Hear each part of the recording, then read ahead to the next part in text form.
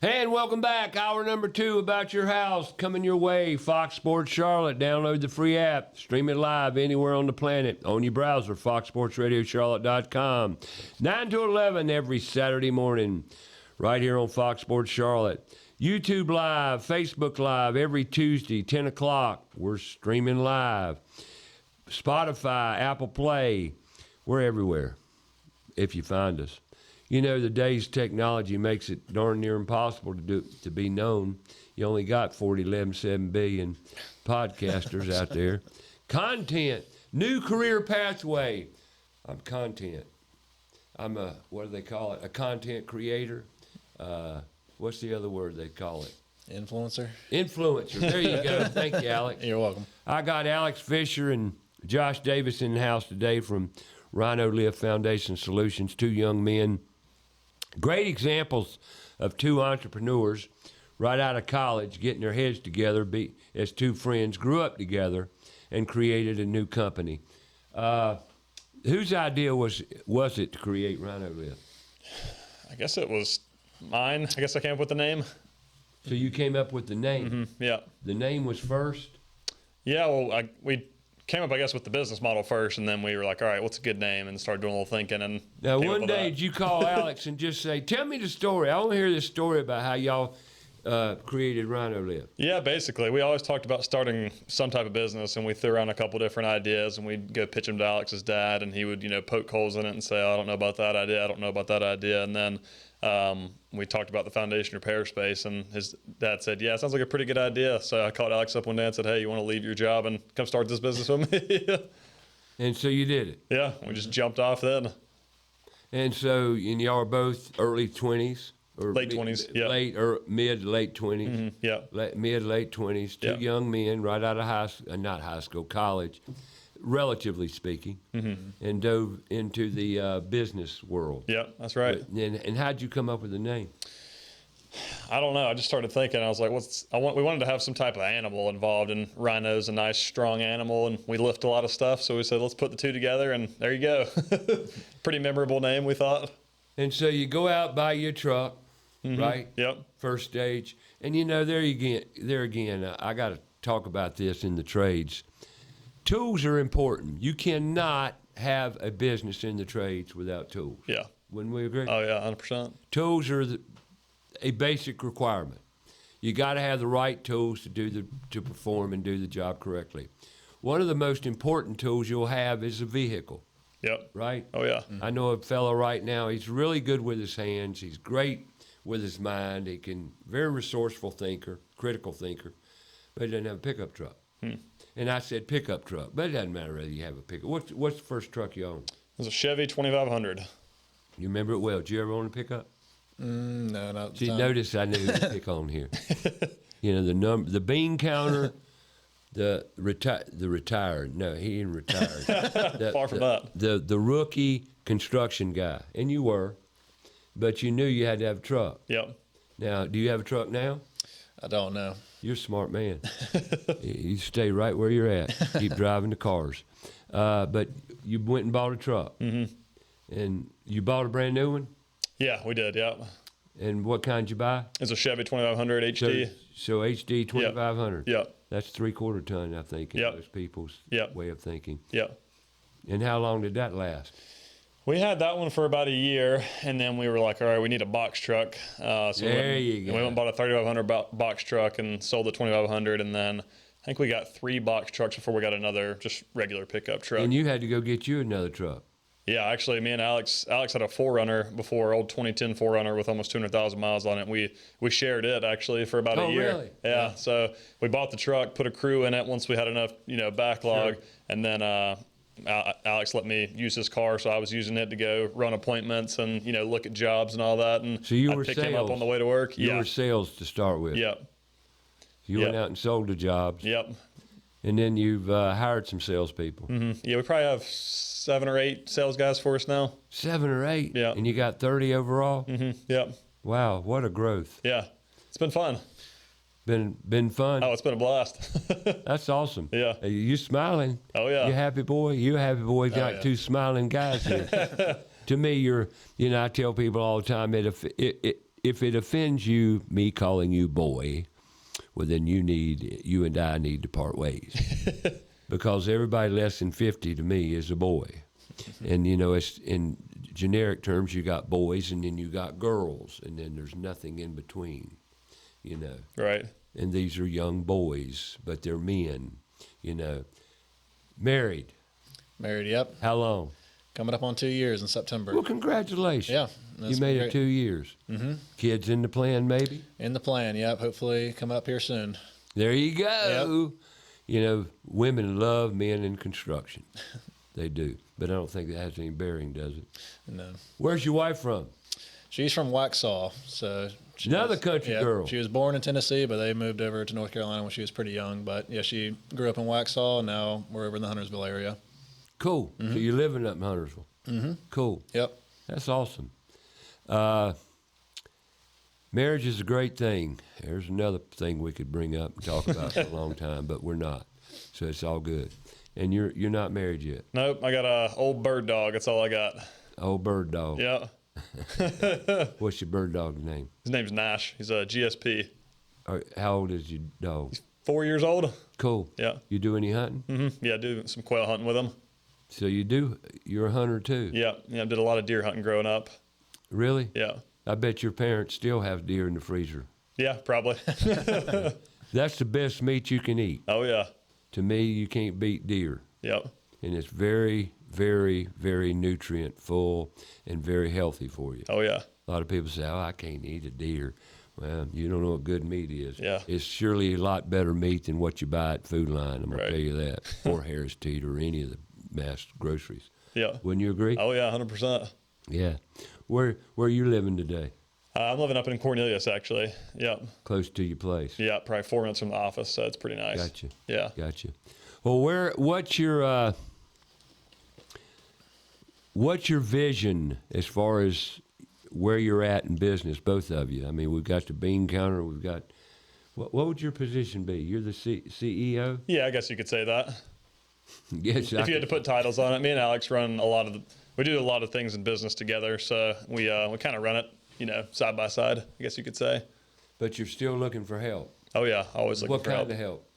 Always looking for good sales consultants, always looking for good production guys. The rate we're growing, we definitely need some people. Is there an age group that you like to pull from? It doesn't matter too much to us. We're pretty agnostic to the age group. Whoever just works hard, has good ethics, and high level of integrity, and doesn't mind working hard. Working hard is relative. If you enjoy what you do, is it hard? It's not work at that point. Exactly. Yeah. And there's a tremendous challenge to what y'all do. Mm-hmm. Engineers, how many engineers do y'all have relationships with? Lots. Well, that's why I asked. Yeah. Because y'all work in a very heavily certification-oriented side of business because it's structural. Right. And inspections are critical. Mm-hmm. Permitting. Talk about permitting. I'll pull a lot of permits. So Catherine, the one woman we have working for us, she deals with all the permit offices. Her background's with construction too, is it? She actually came from a recruiting company before. She also went to App State, funny enough, but she was a friend of a friend that we got referred to and interviewed her, loved her, and she's done a great job for us so far. But she's done really well with the permitting. So you permit, 90% of your job? Mm-hmm. Yeah, pretty much all of them. Pretty much all of them? Yeah. So it'd be a higher number than that. Yeah, pretty much anything except for concrete leveling. All right. I'm going to just speak in general terms here. You're all over North and South Carolina. Mm-hmm. Alex, day to day, what do you do? It's always something new every week. I mean, we're doing a lot of building out our team at this point. So a lot of the accounting, normal bean counter responsibilities have passed from me to a shared service team that we have now. So it's a lot of how do we recruit really, really good talent? How do we put together a good comp structure for people, get people motivated, hold people accountable, build systems that can scale to the level that we're trying to get this year? You're more of the office administrative manager. Mm-hmm. Am I correct? Yeah, I think. In assuming that? Yeah. Okay. Speaking as a business owner, and y'all, like I told you before, y'all are some of the youngest business guys I've met quite some time. I can't even remember how long it's been since I met a young administrative crew like you guys, and I honor you and applaud you, But I hear complaints every week, day in, day out, about the labor force, about many, many different things. What is the greatest challenge that y'all have encountered in this business over the past 5 years of growth? I mean, even You're just still growing, but yeah, even beyond just our business, I think, retaining people and finding talent are probably one of the biggest things you're dealing with. At the end of the day, each business is doing a different service or selling a different product, but it's all people at the end of the day. So how do you build a culture where people find extreme accountability, they take ownership of what they want to do? Whoa. Yep. No. Really? Yep. That's a challenge you got. It's one of the biggest challenges. And it's a lot of it falls on, me and Josh to try and set those parameters and get good advice and, stuff from them to be able to put those together. So Right. Well, as you grow, I mean, I say every week, and no matter what size group I get together, the most important thing we do every day is communicate. Mm-hmm. Communication is absolutely key in the success of any group or any forward-moving entity, right? 100%. Communication. And are you finding that to be a challenge in itself? Mm-hmm. Yeah, communication's absolutely key. If you don't do that, things fester. People keep it to their chest. They don't tell you, and then over time that builds resentment, and then it usually all explodes at one point. But if you constantly communicate, do one-on-ones, do what you can to get good feedback of what we're doing correct and also what we're not doing correct, you're going to build a really good team at that point because you can talk to each other really effectively. One thing I find that people don't do criticism very well. Mm-hmm. They get defensive and they get protective. And look, I love criticism. I don't have to agree, but I can listen. Mm-hmm. But yet I can be better if I listen. Yep. Mm-hmm. And that's something right there that I'm asking from your point of view. Do you find that people don't listen much? Yeah, definitely. That's a struggle for sure. A lot of people want to talk a lot more than they listen. Yeah, I've been accused of that quite a bit in my life. But then everybody laughs when I say that because it's true. And I do like to talk. But I have learned through the years, and the reason I say what I say about talking is because I've learned the hard way, unfortunately. Men are like that. Yeah, we're big boys dressed in men's clothes. Yeah. Wouldn't you agree? Yeah, we're all hard-headed. Very hard-headed. What's your oldest employee? Roughly. Mid to late 50s. Cool. Yeah. Don't have any old guys in there. No. That's good. Yeah. That's great. Where's Barry on the spectrum? Barry's in his mid to late 50s. That's what I was saying. He's got some age on him. Yeah. You got many like him? Oh, yeah. We got guys like him that are basically like spring chickens, though. Barry will jump in there and run a jackhammer better than he'll go tit for tat with a lot of the guys we have in the field. I know that for a fact because, see, that's experience. I have a problem releasing that. Right. Yeah. I'm working hard on that because when I go to a job, take, for example, yesterday, it's hard for me to crawl out of the hole and say, you get down there. Right. What do you want me to do? What needs to be done? And that's a test. Right. And, I left a job 2 weeks ago. I had to go pick up something, which I can't stand to do. I like to be prepared when I get to the job. I don't want to leave. Mm-hmm. But I had to leave, and so I left. There was 3 things he needed to do. But did I tell him? No. But when I got back, he did 1 of 3. Right. And I says, well, I tested you when I left, and you failed. and he says, well, tell me where. And I told him, and he said, well, thank you. I said, for what? He says, being honest with me and letting me know. Mm-hmm. Well, see, he's a great guy. He didn't mind the criticism. And, and that's the purpose in me sharing this is because if you can't accept criticism, you got a problem. Right. Mm-hmm. Because we all need to be criticized, and we all need to learn to fail. Now I got a big question for you in business. What's the biggest faux pas? Oh, I don't know. We have those all the time. I love it. Yeah, I mean, failure is where you learn the most. If you're not learning something through failure, you're doing it wrong. Thank you. Yeah. You hit the nail on the head there, but Can you share a big one with us? I'm trying to think of a big one. How about a little one? Yeah. I mean, we've had, times with customers where we've, screwed the pooch and we should have done things differently. The biggest thing we've learned is, if you make a mistake and you fail, own up to it, take responsibility for it, and make it right. That's what we tell a lot of our customers is, we're not going to be 100%. Nobody is. We're going to mess up. We We're all going to make make mistakes. mistakes. That's right. It's just how do you react to it? If you keep trying to pass blame to somebody else, it's never going to go over well. But if you own it and make it right, then most people are fine with that. Well, on that note, blaming's a sign of lack of. Mm-hmm. When you get a bunch of people that blame, and men, you're big into that. Mm-hmm. Don't you find that to be true? Yeah. Although women can't be criticized. They don't do well with that, do they? Yeah. Alex might be better ask that question too. I played the fifth there. Yeah. Well, they don't, and that's just a trait. And call it what you want. I'm not being critical. I'm just being real, right? Mm-hmm. But people have to learn to take criticism, deal with the criticism, and learn from each and every moment they're out there Right. playing in the field. Right. Because we're going to screw up. Mm-hmm. I tell everybody that works with me, for me, you're going to mess up, but it's okay. But in school, they don't teach you that. Right. They teach you that failing's bad. Yeah. Mm-hmm. No, failing is actually better for you than anything because you're going to learn. Right. It's just, especially if you take it to heart Yeah. and learn from it Right. as a mistake. Yeah. My goodness, taking a test in school, what'd you look at when they gave you the paper? You looked at the red marks. Right. Yeah. Those are the ones you made wrong. You Right. got wrong.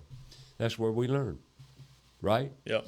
Why would they give the paper back out if you didn't learn something from it? Right. But that essentially is school. Yeah. That's it. Yep.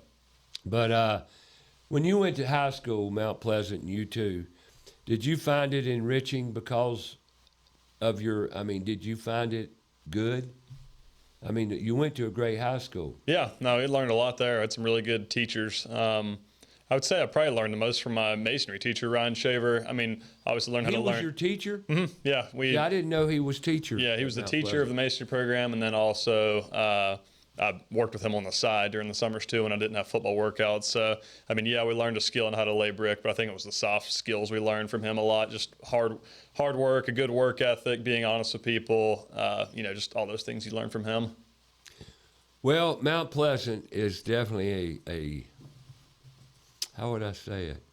I know it sounds crazy, but there's a pocket of work ethic in that area of the country that, like the McGee maintenance facility. Right. You ever been there? I have not. You never been there? Uh-uh. Oh, you got to go. Now, you're talking about a maintenance facility. That is a maintenance facility. But you're talking about the McGee brothers. Right. And masonry. And they do concrete, flat work, masonry of all kinds, and foundation work, site work. Yep. And about everything dealing with infrastructure around the house. Right. Up to the finished brick veneered structure. Right. And but that is an example of Griffin Masonry, Huntley Brothers. Mm-hmm. They're all basically the same on work ethic and life skills and values. Yep. And soft skills. Right. You can't work for them without a haircut. Yep. You got to be dressed accordingly. Right. You can't say foul mouth. You can't be a foul mouth person, and I love it. Yep. It's great. And I'll be honest too. I've been criticized for some of my dialogue. That means I talk bad sometimes. But if it hadn't have been for Cale Hallman, you ever met Cale? I have. Yep. Well, there you go. He was Yeah. chairman of the board for Put Tools in Schools last year. Oh, okay. Nice. He has helped me, and he's not but about 30 years old. He's another young guy. But he has helped me tremendously with my soft skills. Right. Here we got a 30-year-old man. He told me, he sat me down and said, "You can't do that. You can't do that. You got to quit." So, and I have. Right. And thank you, because it works better. Right. And I appreciate it, just like Ron Schaefer was to you. Right. But those good role models at 30 years old, and here's something else that is a challenge, and I think you would agree, finding leadership. Mm-hmm.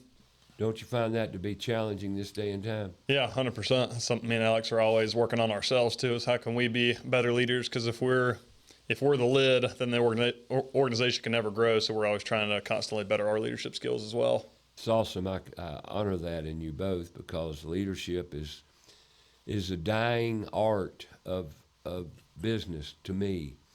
There's not enough leaders. I deal with it, and why I say this is because in the past, 10 years especially. Well, prior to 10 years, I was always what I'd call an ambassador. You know, you go out like you guys. Well, I'm sitting at the table with 2 future leaders. Well, there are not many of you. And that quality in men and women is pretty much relatively non-existent like it used to be in the old days. Now, I say the old days, what do I mean by that? 20, 30 years ago. Right. Because I would always be constantly on the watch for potential new leaders and the young men coming up. Right. Well, it got to where there weren't any. You know, you'd go out there looking, and you'd meet them, and you'd have a conversation, and they weren't interested. Right. So are you finding that to be the case today? Yeah, it's definitely hard finding good young leaders that, want to jump in an organization and grow with it. And I bring this up because here's a company that's an example of a young company that's growing. I commend you both and honor you both and congratulate you on your courage, because it's not easy. But I will say this again: your father's still alive. Mm-hmm. Yep. Was he with you growing up? Oh yeah. How about you, Alex? Oh yeah. Nuclear families. Yeah. Mom, dad, sister, brother, they're all in the house, right? Yep. It's called a functional family. Doesn't exist much anymore, relatively speaking. Am I right or wrong? Yeah, I would agree. You know, divorce rates never been higher. Single families, families being raised by mothers, boys being raised by mothers. We got an issue, and this is what I bring it up for in the conversation, because it is a growing issue. And excuse my TV there. We're working on bugs. We'll get them all out, I promise. But it's a problem in the fact of when we talk about leadership.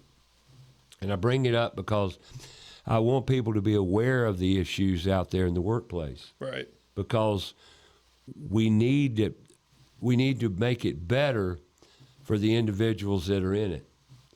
The number one thing we want in people is for them to be happy and content. Right. Wouldn't you say? Yeah. Because when you're not happy, you're not productive, you're not enjoying what you're doing, you're not going to do a good job. So how do we find people that we can please? Now, I know that sounds weird. We're not in the business of pleasing people, are we? Only our customers. Right. But in fact, your employees are your customers too. Yeah. It's like I tell people too, contractors especially. I've got a rule. Personally, and you call me crazy for it, I don't work for contractors anymore unless I like them. And why? What do I mean by that? Well, contractors typically don't communicate well to their vendors. And I'm not picking on you guys. I'm not directing it to you. But am I not a customer as your subcontractor? Yeah. I'm another customer, aren't I? Right. You should treat me with the same kindness and courteous treatment that you would give your customers. Right. Am I right or wrong? No, 100%. But we don't get that. No. We don't get that. Yeah. And so that you don't communicate with me like you should. You don't, and that's number one. I don't want to do emails. If you can't talk, would you prefer to talk to somebody or write an email? Talk on Talk the phone. Yeah. Yep. And this man right here, I don't call Alex much, but I'll You can call me. Yeah. I'll call you more. Alex. This man answers his phone every time I've called him. Every single time I've called Josh Davis, he's answered his phone. How many times can you say that? How many times can you say that? Not call somebody. Yeah. It's usually like the flip of a coin, whether or not people answer. That's right. Depending on who it is. Right. Yeah. Exactly. Well, it's called communication. Mm-hmm. I can get more done in a 3-minute conversation than I can get done in 4 or 5 emails. Yeah, that's exactly right. Why do we do that? Why? People are socially awkward now, I guess. Don't want to talk in person or talk over the phone. They use it as a shelter, as Yeah. a cover up. They hide behind it. It's something that we need to correct. And there again, I bring all this up in business because don't you think everybody out there, your customers, deal with this as well? Oh, I'm sure. That's why you've got the business plan and example. What we call it? Your business plan. Mm-hmm. Yeah. You know, to be what you are to people. Yeah. Because actually, they're the ones who pay your bill. That's right. Yep. That's exactly right. You know, like when I work for a contractor, he can't perform if he doesn't have good subs. Yeah. Right. Right? Yep. Well, to get good subs, you've got to have good communication. Yep. Another thing about contractors, I got to play by all the rules. Yeah. I don't want to. I'm not going to, because your rules aren't fair Right. as a contractor. Sure. And that's another reason. It's just Right. gotten to where you got to play, you got to wait and wait and wait. No, I don't. You know, you want some more water? I'm fine right now. Thank you. You good? So anyway, I'm just covering business and the way businesses operate or wish to operate in today's world, and we can't because of the challenges that are given us, right? Yep. Help, communication, and how do we overcome these challenges, you know? And then when we get to new employees, what's the youngest employee you got? Probably 23. Really? Yeah. Did he come right out of high school or college? Most of them came out of high school, but they went and worked somewhere else. We had a guy that was working in the warehouse for Dollar General. He just started with us. I believe he's 22, 23. So what kind of help you need now? Today, here we are. What kind of help are you looking for? We could use some more sales consultants. We could use some more production, foremen, co-foremen, just helpers. Anything when it comes to working in the field, we could use help with for sure. What would you tell somebody if they were interested in working for you, a young kid? And when I say young, y'all are young. When I say young kid, I'm talking about early 20s. Yeah, I mean, I would say it's hard work. It's very rewarding, and the harder you work, the more money you'll make too. Obviously, it's not all about money, but you know, a lot of these guys. Oh, it is about money too. Yeah, it's a very big part of it for sure. I mean, a lot of people that are just graduating high school, you know, you think of some of the jobs you can get. You know, if you go work for, you know, food services or something like that, you're probably going to max out at $20 an hour, at least for your first couple of years. Whereas if you get in the trades, you could be making, you know, $25, $30, $35 an hour your first year in the trades. So, you know, the sky's the limit really there, as long as you don't mind working hard. Right. Yeah. Now, if they get a job with you guys, you know, you go for some young talent and you hire someone young, do they have to travel? Sometimes. It just depends on where the projects are. So, we have some crews that'll travel, like I said, you know, Myrtle Beach, South Carolina, Charleston. But some guys want to travel. Some guys see it almost as a little bit of vacation. Sure. No, I can understand that. It would be very advantageous to travel for some young people. Right. And fun. Yeah. And broaden their spectrums. Yeah. You know. They like to sleep in the hotel. I think it's like a vacation. Yeah. So there you go. Opportunities with Rhino Live Foundation Solutions. You know, and if you want to, all right, what is your, all right, I got a crack in my foundation. I got a crack. They call you up and say, I got a crack below my window, whatever. What's your procedure, your protocol? Yeah, so usually they call in the call center, and then Catherine or a gentleman named Kevin will usually be the ones that answer the phone. Mm-hmm. They'll check our calendars, get you booked for a time slot, and then send one of our sales consultants out there. They'll meet you at the house to show them what's going on. You know, they'll do a full 360 inspection of the entire foundation, you know, take into account what the homeowner told them was going on, and then they'll do a nice, pretty drawing of the entire house, you know, where the issues are. They'll recommend a plan of repair, and then they'll show you a couple different options as far as proposals go, and then give you the next steps. And normally, how long does it take to get, all right, they call you on a Monday, and I'm not looking for a quick response, but what is the turnaround? So right now, we've gotten a lot busier in the last couple of weeks. Right now, if you were to call in and you needed an inspection, it'd probably be about 5-7 days before we get out there and do an inspection. And then after that, you got several weeks. Mm-hmm. Yeah, we're probably running about a 4 to 6 week backlog for the most part. Cool. That's great. Mm-hmm. Good to hear. Yeah. Yeah, we try never to go over 6 weeks. We don't want to be so long before we can't get to a customer, but we also, you know, need a little bit of a backlog to help with just scheduling and keeping the crews efficient. Right. Yeah. That's awesome. Now, your number one repair out there, what would you call it? Right now it's helical piers and foundation repairs. That's what we install the most of for sure. Do you get, I mean, so you're talking about jacking back up houses. Yep. That's your number one For sure. task. Yep.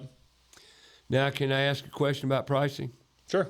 I used to know back, I don't know, years ago when I'd consult with one of the owners of a foundation repair business here in Charlotte.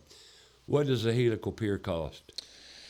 Oh, it's all dependent, but if you wanted a really wide price range, I would say between $1,700 to about $2,100 per Oh, okay. pier. Well, it Yeah. ain't gone up that much. Yeah. I was told $1,800 a piece. Yeah, it's probably about a good average. It just depends. If we can install it with an excavator, then it's a little bit cheaper. If we have to go in there and install it with a handheld machine, then it's usually more expensive just because you can't get as Because of many in a day. accessibility. Yeah, exactly. Because you can't get a machine there, it's going to cost more because Right. Now we got a hand dig, and now we got to take that big drive head, and it's just a lot more labor intensive. Right. Yeah. Now, okay, so you got $18 a pier, $1,700 to $2,100 a pier. Yeah, it's a good range. And then, all right, now, and I'm just trying to educate here a little bit. Yeah. What assures us that we're hitting core, Yeah, so solid dirt? we have called a digital torque indicator, and it's mounted to the drive head, and it's reading the torque the entire time we're screwing the helical pier in. So we have a torque correlation ratio that shows us, all right, if we hit this amount of torque, this correlates to this capacity as far as pounds go. What's the deepest? Now, they'll go in different depth. Oh, yeah. Hit, what's your average depth, or is there such a thing? Generally, the average is about 20 foot or so, 21 foot, but we've had some go as deep as 80 or 90 foot. That's where I was going. Yeah. 80 or 90 foot deep. Yeah. Wow. Yeah. Where's the deepest one you bored? Where's it at? The beach? Yeah, usually at the coast you go a lot I was deeper. thinking because of the sand. Yeah, but sometimes you'll have a really bad lot. It's just got a lot of silt on there, or it was a trash pit before, and it's just you got to get through all that stuff before you hit something good. You can tell? Mm-hmm. Really? Yeah, So if it gets real easy, you're going through some fill or yeah. over They just trash. sink it straight down. So they build over trash dumps. Yeah, we've done stuff where they've had a trash pit and they filled dirt on top of it and built houses on top of it. Wow. Yeah. 76 piers. I can't forget that one. That was built on just a poor, compacted lot. Yep. Somebody failed miserably. Yep. Oh, well, 76 piers, though. Yeah. $1,800 or $1,500. Do you get cheaper by the dozen? Yeah, usually if there's a higher, that's exactly right. A little we'll do discount some for volume volume. pricing there. Lord of mercy, you had to have a tractor trailer to bring the piers in. I mean, 76 piers, that's a lot of piers. What's an average pier house? You can't normally, I'm sorry to interject this question on top of another one, but there's very seldom, I'm guessing, that you can go out and sink one pier and solve the issue. Yeah, not usually, because usually even if you're just doing like a corner, you at least need two. Okay. Sometimes in between, like garage doors, you'll have that little column in between. You can just stick one pier in there. But yeah, generally it's at least two. You ever have them solved where the doors won't operate correctly? Yeah. Mm-hmm. Wow. Yeah. Anything else you want to share? Give me a I'd say an average pier count for a job is usually between like 4 to 8. 4 to 8. Yeah. I got it. Usually it's not the whole house is sinking. It's usually like one side of it or a corner or, an addition or something like that's what's sinking. Now, if you've got problems outside on a slab home, like you've got something subsiding, some shrinkage, sinkage, whatever you want to call it, Right. and you're on a slab, is that pretty much a reason for the slab to be cracked? Yeah, usually. I mean, we always tell people all concrete's going to crack at some point. Yep. It just depends if you start getting displacement from one side or the other. So, but yeah, it's all going to crack at some point. Just matters how much is it cracking? I went and looked at one job. There's these little epoxy things they want. What do they call? They're like Stitches, concrete the stitches. stitches. Yeah. Y'all do that? Oh yeah. Do a lot of those. So you want to explain that process? to me? Yes, you think about, suturing up a wound, you think about stitching up, you have a big cut in your leg and you're stitching it up. That's basically what we're doing to concrete. So there's a crack. We come perpendicular to it and saw cut some I'd say about inch deep with about 12 inches long, put carbon fiber staples, stitches in there, and then we epoxy over all of it. You ever seen those fail? Not that I've seen. Well, no, I want to know because I'm just curious. Yeah, not that I've seen. The only way it would really fail is if one side was still sinking, because it's not going to stop it from sinking. It's just going to stop Right. it from pulling apart. I got you. Wow. There's a lot to know. Mm-hmm. Who's your, how many foremen you got? We have four to five right now. We have 4 main crews, but sometimes we stand up a 5th crew depending on how big the backlog is. Right. Yeah. Awesome. Your biggest challenge in your endeavors to make all this work is what? I think we hit hit it earlier with communication. Communication is probably the biggest thing. I mean, getting Piers in, it's not hard. You know, selling jobs can be hard, but it's not terribly hard if you're doing it the right way. Just trying to help people is all we're doing at the end of the day. But communication from the sales team to the production team, back to the homeowner, back to the accounting team, it's just this virtuous cycle that, you know, we have to make sure we stay on top of from a communication standpoint. Got it. Yeah.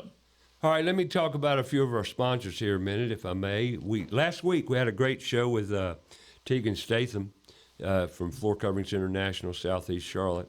They're a great company. They bring the showroom to you. We're talking about sales today. Well, they're a great company in the fact that if you need a floor, be it carpet, LVP, oak, hardwood, whether it's engineered, stained, sanded, whatever it might be, carpet, ceramic tile, stairways, you name it, they've got it. If you need a great flooring company with great products, great service, and they bring the showroom to you. You don't have to leave. Give them a call, go online, just Google Floor Coverings International, Southeast Charlotte, give them a call, and set up an appointment. They bring it all to you. They'll do a little bit of consulting on the phone, find out what your situation is, animals, whatever, because it all makes a big difference. They know their craft like these two gentlemen know their craft, and they'll come out and take care of you. That's Floor Coverings International. And we're talking about foundations and crawl spaces today. Kilo Exterminating. Kilo Exterminating, been in the Charlotte metro area, another family-owned business for over 70 years in the Charlotte area. 3rd generation, family-owned business, great company, and they give moisture readings with every inspection. Moisture readings, would you say they're important? Oh, yeah. And not all exterminating companies, pest control companies, do that. But Kilo Exterminating will give you at least 4 moisture readings in any crawl space to give you an indication of water invasive, whatever the water situation might be. But I'll give you a little hint. Your water readings, your moisture readings in the summer are going to be higher than they are in February. Now, why is that? Because February is the driest month of the year. Why is that? Because it's cold. Wouldn't we agree with that? 100%. Yep. Give Kilo Exterminating a buzz if you've got insect pest control issues. Termites, you should have your crawl space or wood structure at least inspected I wouldn't go beyond 2 years. A lot of people say annually. That's great, and you might want to consider that. But you get much more from Kilo than just a pest control inspection. They'll come out and tell you of other problematic areas under your crawl space that you may not know about, like fallen ductwork. See it all the time, don't you? Oh, yeah, all the time. It's just but how do you know if you don't go under there? Not everybody likes to. We'll call Kilo. That's Kilo Exterminating. Go online, kilo.biz. Today, we have Rhino Lift Foundation Solutions in studio today with us, and they also sponsor of Put Tools in Schools, and we certainly need the support. After all, this is the voice. This is the voice of Put Tools in Schools. Yes, boss. I'll get better. And we bring you up to date every week. And speaking of Put Tools in Schools, the whole mission behind Put Tools in Schools is to raise the awareness to the many career pathways and opportunities and happy associated with working with your hands and your mind, critical thinking. And we talk about it all the time on this show because we've got a big problem in this country. As we've discussed today, people are not in the trades the way we wish they were. they're not aware of it. They're all geared to go to college, but they're all not geared to work with their hands and their mind, or even know of the career pathways in the trades. Visit us, puttoolsinschools.org, the website. We're broadcasting from the Toolbox here today. The Toolbox is a facility up in North Charlotte, in the hood. I call it the hood, but we're in North Charlotte off of Sugar Creek and the Graham Street area, and we've got a connector space that we're developing that will put kids, all ages, all genders, male, female, doesn't matter. We'll connect you with at least a few hands-on tasks around electrical, plumbing, heating and cooling, carpentry, cooking. Yep, cooking too. You know how many kids can't cook? You cook. Sometimes. You cook?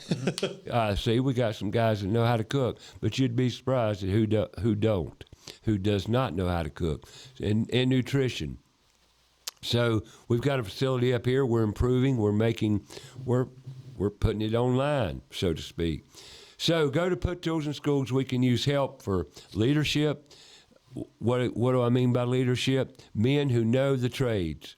We need teachers. We need instructors. We need men that will step up and help these kids learn about the trades. That's puttoolsinschools.org. And also brought to you in part, this program is brought to you in part by Queen City Home Store. Been in Charlotte since 1952. There again, another family-owned business supporting Put Tools in Schools and About Your House. Great company, best price, best product selection guaranteed. That's Queen City Home Store. Rhino Lift, Foundation Solutions in the house today talking, Foundation Solutions. And there are many of them. Do you ever go out to a house and find something and just tell them they don't need you? Mm-hmm. Yeah.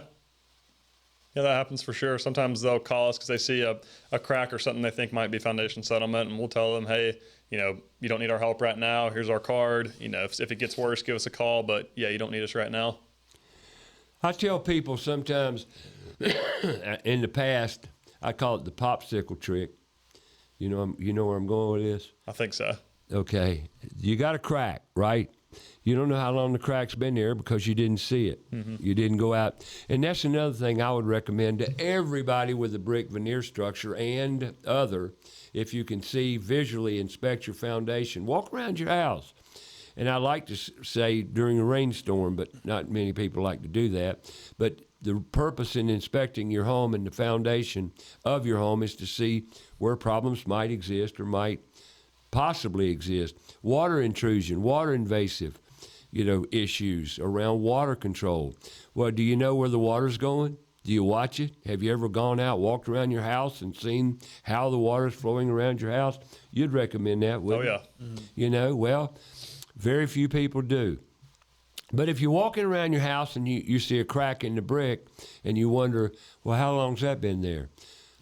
Well, I would recommend putting a gauge on it, mm-hmm. seeing if it's subsiding more.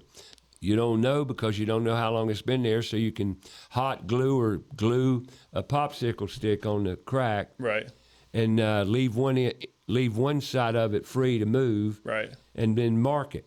Yep. Right? Oh, yeah. Go back 6 months later and see if there's been any movement. Yep. Would you recommend something like that? Yeah, they have little crack monitors you can buy on Amazon too for crack monitor. Yeah, $10, $15, something there like that. There you go. Yeah. Go on Amazon and get you a crack monitor. Right. Monitor that crack. Yeah.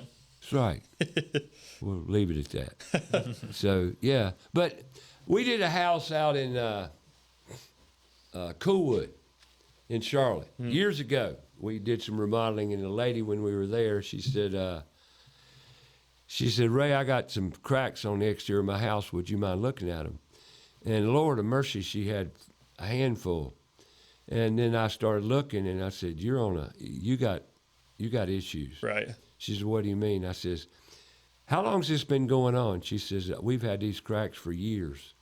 And she said, they get wider, and then they'll close up, depending on the rainfall. Right. I said, you're on bull tallow. Yeah. And she says, what do you mean? And I explained bull tallow to her. And sure enough, that house we fixed one crack, went out there 6 months later, and it had closed up. you know, and that house would move all Right. year long. You ever seen one like Oh that? yeah. The constant movement. Yeah. And I just told her I would. At that time, I was not knowledgeable about. This has been way years ago. Okay. Yeah. But nowadays, you can go in there with Helical Piers Right. and fix that house. Yep. With 76 piers. No, I'm just joking. I can't get over 76 piers. That's a lot. Was that a slab or a crawl space? Slab. You had to go in there and put piers under the slab too, didn't you? Yeah, there were piers all around the perimeter. There was strip footings inside, so we had to put a lot of piers inside underneath the load-bearing walls inside too. It was a nightmare. My gosh, I can't believe. I'm sorry to keep going back to that, but I can't imagine putting. And it was a slab. Mm-hmm. My Yep. gosh, they had to move out of the house. They did actually, yeah. Oh yeah, you'd have to. Yeah. And folks, that's another thing about your repair. Sometimes it's necessary for you to move out if you're in a slab. Mm-hmm. How about crawl spaces? Not usually. Usually we can do all the repairs from underneath. The only time we need someone to move out is if the damage is that bad, or if the crawl space clearance is so low we can't physically get underneath it. Sometimes we have to rip, the subfloor out and come in from above. And that's called poor planning on the contractor's fault, because you should never have a crawl space less than 18 inches or more, less than 18 inches, Yeah, right? preferably if you can give us 30, Yeah, 36 2 foot. inches. Oh, yeah, Our you guys will be a want little 30 to happier. 36. 5 foot's even better. Yeah, that's Yeah. right. I'd like to stand up if I could. Yeah. Yeah, for sure. But, so Alex, you've had him in crawl spaces? Oh, yeah. Alex has done everything we've done so far. Yep. So you're well versed at what you're doing. Done it all. Experience, I love it, and you're not afraid of it. Nope. Gives you a ton of appreciation for the guys that are out there doing it day in and day out. I mean, me and Josh did it ourselves for probably 2.5 years. So we can empathize with them when it's a really hot day outside and it feels cool in the crawl space when it's freezing cold. And I mean, I like crawl space work. I wouldn't want to do it every day, but, Yeah. I was under crawl space 2 weeks ago. I'm still crawling. Yeah. I don't mind. Right. I was under one 3 days ago just looking at it. Huh. And I went to a house last week. It's funny. Yeah, I went to fix the drywall ceiling. It had fallen down, so we're going to put it back up. Right. They're going to sell their house. And she says, Ray, I got another little job for you. And this lady's OCD big time. But she's sweet as can be. And she came and she says, I got a dead rat under my house. How do you know you got a dead rat? Another example of you'll figure it out with the story. I says, you got a dead rat? How do you know you have a dead rat? Well, we had a pest control guy out here last week, and he told me I had a dead rat under my house. Why wouldn't he get it, is my question. Yeah. Why wouldn't the exterminator guy pull the dead rat out? Here's a great example of why didn't he pull it out? So Kevin says, I'll go get it. He was with me, my helper. Kevin was in here last week, as learning this. Kevin went under there. He not only found a dead rat, he found 2 dead lizards too. So we got it taken care of. Yeah. But crawl spaces are something else. Oh, yeah. You see some crazy stuff under there. See, I did a dryer vent business for 20 years. Okay. And dryer vents are a problem for Yeah. moisture Right. issues. Yeah. And you've seen that before, haven't Oh, yeah. you? A lot of people have just dumping right in the crawl space. Which is a no-no. So, but you see this stuff. But I was out at one house one time speaking of crawl spaces and what you might see under one. And I pulled the flex hose out of the hole coming up through the floor. Mm-hmm. And I got this whiff of dead all of a sudden. And I says, ma'am, you have something dead under your house. She says, how do you know? You hadn't been under there yet. I said, come here. I'll give you a clue. She came in that room and she could smell it. And I said, there you go. As soon as I walked in the crawl space door, there's a dead possum right there. Yeah, we've seen plenty of those. Yep. See, I love these stories we get on about your house, all kind of stuff. But these are real, actual stories around, what you have and what a house is. And another thing, if you own a home, you own trouble. Yep. Sorry. It's constant, perpetual maintenance. It never stops. The house I was in yesterday, Yep. they've been in that house for over 40 years. And I says, money pit. And she said, you got that right. She says, but that's owning the home, Right. as you well know. Yeah. 76 Piers. That's a lot. No, I mean, I keep going back to that. That's why we stress planning on this program. With a proper plan, proper people to support your build, you won't have these issues. Mm-hmm. And we bring these issues up because, well, 20 years ago, there wasn't but probably 2 foundation repair businesses in Charlotte. Right. Today, you know how many competitors do you have? Maybe. In the crawl space encapsulation market, a lot, probably 20, 30, if not more than that. On the foundation repair side, probably 10, 15. Right. Yeah. So it's expanded tremendously and, you know, gotten a lot bigger. But who do you trust? Who do you believe? Who do you believe? Trust? That's a big question nowadays. Who do you believe and what do you believe? Mm-hmm. A lot of companies will come to your house and tell you stories just to sell you. And it's very popular these days in the Charlotte metro area that occur. Sorry to say it, but you've gone behind companies that really gave them Oh, yeah. a big one, right? Yeah, for sure. Yeah, the 76 Piers, you keep going back to that. That was an engineer already had those plans done and gave them to us. So that wasn't anything we came in there and said, hey, you need 76 Piers. You couldn't No. possibly do that. No, an engineer already had the report done. How would you go into a house and say, well, you need piers? How many? A lot. Yeah. I'm not sure how many. Only an engineer can give you that. That's right. Yeah, but some of our competitors will do that. They'll come in before us and say, yeah, you need to pier the whole house. And, you know, we'll come in there and say, I don't think that's correct. It looks like it's this side over here, but let's get an engineer to take a look at it, to your point, and tell us all what's true. Inspections. You say you get your every job permitted. Yeah, for the most part.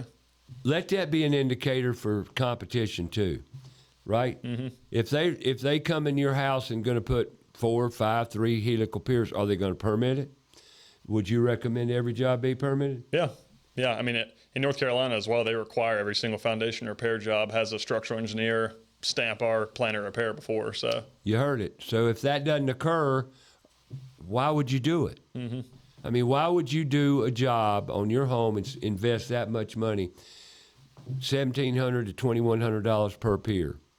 5 of those, that's 10, 15 grand. yeah, Right? yep, To invest that kind of money, not be inspected, not be engineered, meaning stamp on the plan. They don't really, they draw a plan for that too, don't they? yep, They put placement on that plan. yep. Placement, capacities, all that stuff. You know Win Yates? That name sounds familiar. He's an engineer. Okay. I just threw that one out there. I Yeah. thought maybe I'd throw it out. Yeah, I think I've seen their What reports about before. IDE? Yep. You work with Marcel? Yeah, we've done some stuff with them. Yeah. Good company. Yeah. Yeah. And now I can't leave today without telling you about the NARI meeting. You know what NARI is? The National Association of the Remodeling Industry. Now you wouldn't join that one. Not a not a foundation repair business. Not a lot of remodeling going on there. Yeah. Not pretty stuff anyway. Right. But anyway, NARI meets once a month at normally a location of one of their members. This month, no different. ProSource on Distribution Street.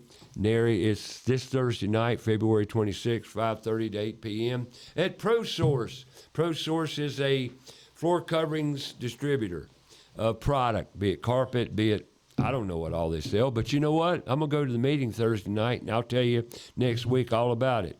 You know, and tomorrow, speaking of put tools in schools, no, we weren't, but I am. I'm going to a Bailey Middle School up in Cornelius to talk tools with the kids. I look forward to that, and I'll talk about that next week as well. But I will say this. I was out at Wolf Meadow Elementary School last Friday for about 3 hours. Wow, 3rd, 4th, 5th graders, they are in it to win it. I'm going to tell you, so engaging. They came out with a little worksheet, which is crazy. Why give kids a worksheet? Why? They're seeing the career. Schools love worksheets. Oh, God. Yeah, but their focus was on the worksheet and not what we had to offer. But that didn't keep them from doing anything when they came to drive nails. They put their worksheets down, and I had to remind them when it was over, have you done your worksheets yet? They says, well, what are we putting on the worksheet? That's your teacher's wheelhouse, not mine. But anyway, they're great kids. Elementary school kids are very captive and very engaging and full tilt. I mean, I love it. So I'll give you more up-to-date words on what we're doing there next week as well up at Bailey Middle School tomorrow. Look forward to it. Look forward to working with the kids. Would y'all be interested down the road to bring some of your equipment to a career day? Sure. Could we get you involved in that? Yeah, absolutely. You know, and maybe down the road when you get set a little bit, you could be a program sponsor, but we'll talk about that as we evolve. Sure. You know, get more into it. But see, this is what I want. I want one of your little excavators to show up, and the kids could at least sit on it. I didn't say operate. You know, they got the simulators for that. Yeah, yeah. They are awesome. You know, and Hoopah Grading's got. Yeah, I was gonna say they have some pretty crazy ones. God, they got some dynamite simulators. Yeah. Hoopah's got it going on when it comes to working with the kids. But the simulators, but it would be great if you could come to a trade career day and with some equipment so the kids could see it. Yeah. Now you got to admit, you cannot. I bet you've been on those little mini excavators. Oh, haven't yeah. you? Have you sat on one yet? I have, yeah. You played with it? Isn't that fun? Oh, it's a lot of fun. See, toys. Yeah. Like Tonka trucks. Yeah. Tonka toys. I mean, big toys. And think about the kids that would gravitate to that. Right. And see, it's so simple that all I've got to go at one of these events. And by the way, I'm wearing my uniform, Uncle Ray. And that works too because they look at me and say, "Hey, Uncle Ray." I said, "It works." And they remember that. Right. You know. Yeah. They will remember it. But you show up, you put your 20-volt battery tools, maybe 9 or 10 of them on one end of the table, and you put hand tools on the other. And they just see the tools and come up to you and say, "What you doing?" Then they ask questions, and you put a tool in, like a multi-tool. You know what a multi-tool is? You do? Congratulations. You know what a multi-tool is? Yeah, I didn't think he knew. These guys are workers. Richard, no, I'm not just picking on him. But We're in a different industry. that's right. That's right. But a multi-tool with a saw blade on it's very safe. It really won't do much damage to any kids. Even if you stick the blade up to you, it's just going to scare you. But it won't hurt you unless you want to hurt somebody. You throw it at them, that'll hurt. But a multi-tool, but you give them a multi-tool and say, pull the trigger. Right. And they're just intrigued as can be, you know. So all you got to do is get them and engage them. Once you engage the kids, people asked me the other day, how'd you do this? Just think of things that's going to engage them, capture their interest. Right. And you got them. Yep. One little boy, I'll never forget him, Friday, he wouldn't leave. He wouldn't leave. He just kept hanging on. I said, "You love this, don't you?" He said, "Yeah, I do." I says, "I can tell." All right, guys, what do you want to leave with telling our listeners? Yeah, well, we appreciate you having us on. You know, there's a lot of opportunity in the trades right now. Like I said, everyone thinks, you know, you have to go to college. I went to college, went and got a master's degree. Don't regret it, but also you don't have to do that to be successful in life. You can just go get your hands dirty, jump into any blue-collar trade right now, and it's probably the best place to be for the next couple of decades, in my opinion. AI will not take your place. That's right. When you get in trades, if you've got a child, a grandchild, a family member, whatever, and you want to assure them of a good, solid career in future, get into the trade. Yep. It's not going away. It'll be here forever. AI can't fix your power problems. AI can't fix your plumbing problems. It sure as heck can't put a helical pier in. Yep. I promise you. So that's rhinoliftfs.com. That's where I'd start. Got a great website, very informative, very informational, educational, you might say. Good job, good Thank you. job. And I honor both of you and respect what you're doing. I think you're great guys. I wish you nothing but success and happiness, really. Yeah, same to you. And to the new father in a year or two, Yeah. Alex here, starting out in life, great.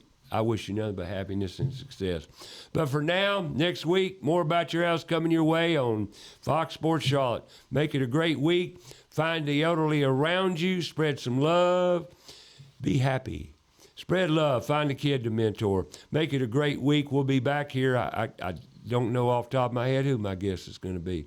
I'm not up to par, am I? Oh, well, tune in. We'll turn on, and we'll see you next Saturday right here about your house. Thank you, guys. Thank you. Thank you very much.